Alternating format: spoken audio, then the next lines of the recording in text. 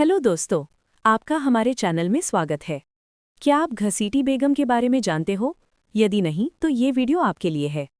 घसीटी बेगम बंगाल के नवाब अलीवर्दी खान की सबसे बड़ी बेटी थीं, जिनका नाम इतिहास में एक ऐसी औरत के रूप में दर्ज है जिसने अपने समय में अद्भुत धन, प्रभाव और शक्ति रखी, लेकिन अंत में राजनीति के क्रूर खेल में फंसकर अपनी जान गंवाई। अलीवर्दी खान बंगाल, बिहार और ओडिशा के नवाब थे, जिन्होंने अपने शासनकाल में मुगल सत्ता से लगभग स्वतंत्र शासन किया। अलीवर्दी खान की 3 बेटियां थीं, घसीटी बेगम, शरफुन्निसा बेगम और आमिना बेगम। अलीवर्दी खान की तीसरी बेटी आमिना बेगम के बेटे का नाम था सिराजुद्दौला, जो आगे चलकर बंगाल का नवाब बना। इस तरह घसीटी बेगम सिराजुद्दौला की फूफी यानी पिता की बहन थी। घसीटी बेगम का विवाह शक्तिशाली अधिकारी नवाब नसरुल्ला खान से हुआ था। विवाह के बाद उन्होंने न सिर्फ अपार धन संपत्ति प्राप्त की, बल्कि बंगाल दरबार में एक महत्वपूर्ण स्थान भी बना लिया। वे बेहद बुद्धिमान, महत्वाकांक्षी और राजनीतिक समझ रखने वाली महिला थीं। अलीवर्दी खान के शासन के दौरान वे अक्सर दरबार के महत्वपूर्ण मामलों में अपनी राय देती थीं। अलीवर्दी खान भी अपनी बेटी की समझदारी और राजनीतिक दृष्टि की कद्र करते थे। अलीवर्दी खान के अंतिम समय में बंगाल के उत्तराधिकार को लेकर काफी विवाद हुआ। उनके कई रिश्तेदार और दरबारी इस बात को लेकर चिंतित थे कि अलीवर्दी खान के बाद बंगाल का नवाब कौन बनेगा। खुद अलीवर्दी खान चाहते थे कि उनकी तीसरी बेटी के बेटे सिराजुद्दौला को नवाब बनाया जाए, क्योंकि वे उसे बहुत प्यार करते थे और बचपन से उसे उत्तराधिकारी के रूप में तैयार कर रहे थे। लेकिन घसीटी बेगम इस फैसले से खुश नहीं थीं। वे मानती थीं कि सिराजुद्दौला युवा, अनुभवहीन और जल्दबाज है और इतनी बड़ी जिम्मेदारी संभालने लायक नहीं है। इसके अलावा दरबार के कई प्रभावशाली लोग जैसे मीर जाफर, जगत सेठ, उमीचंद और कुछ अंग्रेज व्यापारी भी सिराज के खिलाफ थे। घसीटी बेगम की अपनी महत्वाकांक्षा थी। वे चाहती थीं कि अलीवर्दी खान के बाद बंगाल की गद्दी पर कोई ऐसा व्यक्ति बैठे जिस पर उनका प्रभाव हो और जिसके जरिए वे सत्ता में बनी रहें। वे मीर जाफर और जगत सेठ जैसे लोगों के संपर्क में थीं और पर्दे के पीछे दरबारी राजनीति को प्रभावित कर रही थीं। जब अलीवर्दी खान की मृत्यु के बाद 1756 में सिराजुद्दौला बंगाल के नवाब बने, तो उन्होंने सबसे पहले अपने विरोधियों को नियंत्रित करने की ठानी। सिराज को पता था कि उनकी फूफी घसीटी बेगम उनके खिलाफ साजिशों में शामिल हैं, इसलिए उन्होंने तुरंत कदम उठाया। सिराजुद्दौला ने घसीटी बेगम की विशाल संपत्ति जब्त करने का आदेश दिया। उस समय घसीटी बेगम के पास इतना धन था कि कहा जाता है कि उनकी तिजोरी में करोड़ों रुपए मूल्य के सोने, चांदी, हीरे और जवाहरात भरे थे। उन्होंने अपने धन से कई सैनिक और सेवक भी रखे थे। वे मुर्शिदाबाद में जफरागंज पैलेस नामक एक भव्य महल में रहती थीं, जो आज भी उनकी कहानी का गवाह है। सिराजुद्दौला ने अपने सैनिकों को भेजकर घसीटी बेगम की संपत्ति कब्जे में ले ली और उन्हें उनके महल में नजरबंद कर दिया।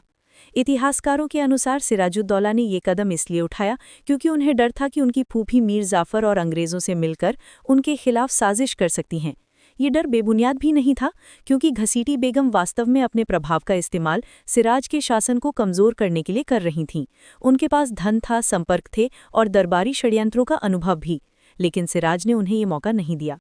नजरबंदी के बाद भी घसीटी बेगम के पास कुछ संपत्ति और सेवक बचे रहे, पर धीरे धीरे सिराज ने उनकी सारी शक्तियां छीन लीं।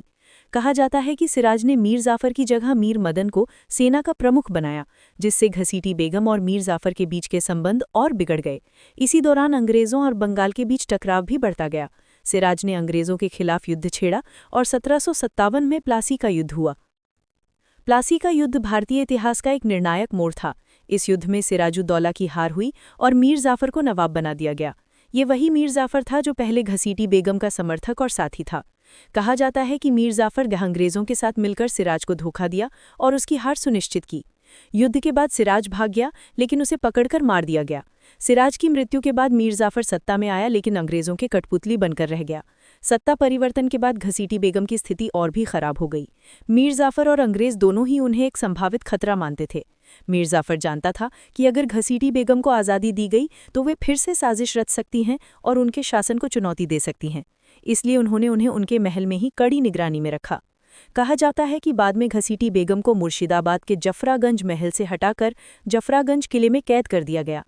यही वो जगह थी जहां मीर जाफर ने अपने कई विरोधियों को कैद कराया था। धीरे धीरे घसीटी बेगम की तबीयत बिगड़ने लगी। उन्हें किसी से मिलने नहीं दिया जाता था, न ही इलाज की कोई व्यवस्था की गई। आखिरकार कैद की यातना और अपमान से टूटकर उन्होंने वहीं दम तोड़ दिया। इतिहासकारों का मानना है कि घसीटी बेगम की मौत प्राकृतिक नहीं थी। कुछ स्रोतों के अनुसार उन्हें जहर देकर मार दिया गया ताकि वे भविष्य में किसी राजनीतिक खतरे का कारण न बने। उनकी मृत्यु बंगाल के उस दौर की दरबारी राजनीति की निर्दयता का प्रतीक बन गई। घसीटी बेगम का नाम घसीटी इसलिए पड़ा क्योंकि वे अपनी विलासिता और महंगे वस्त्रों के कारण इतनी भारी रहती थीं कि चलने में कठिनाई होती थी, और लोग मजाक में उन्हें घसीटी कहते थे, यानी जो अपने वस्त्र घसीटते हुए चलती हो। लेकिन उनके भीतर एक तेज बुद्धि, आत्मसम्मान और सत्ता की चाह थी। वे उस दौर की गिनी चुनी महिलाओं में थीं जिन्होंने पुरुष प्रधान समाज में राजनीतिक भूमिका निभाई। उनकी कहानी ये दिखाती है कि सत्ता की भूख, पारिवारिक संघर्ष और लालच कैसे एक परिवार को तबाह कर सकते हैं। सिराजुद्दौला और घसीटी बेगम दोनों ही एक परिवार से थे, लेकिन सत्ता की लड़ाई ने दोनों को एक दूसरे का दुश्मन बना दिया। सिराज ने डर के कारण अपनी ही फूफी को कैद करवा दिया और अंत में खुद भी विश्वासघात का शिकार होकर मारा गया। मीर जाफर, जिसे घसीटी बेगम का समर्थन प्राप्त था, वही अंग्रेजों का मोहरा बन गया।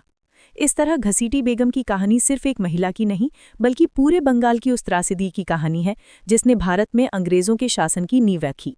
अगर उस समय परिवार के भीतर एकता रहती तो शायद प्लासी की हार और अंग्रेजों का शासन इतना आसान नहीं होता।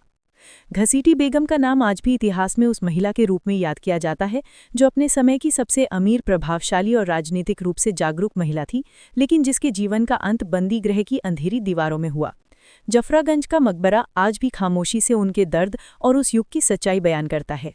दोस्तों, आपको स्क्रीन पर सब्सक्राइब बटन दिख रहा होगा, या फिर जहां भी सब्सक्राइब लिखा हो उस पर क्लिक कर देना और लाइक के निशान पर भी उंगली रख देना, जिससे आपको इसी प्रकार से और नए नए इन्फॉर्मेटिव वीडियो मिल जाएंगे। अगला किसके बारे में जानना है, कमेंट में ज़रूर लिख दें। गुड बाय दोस्तों।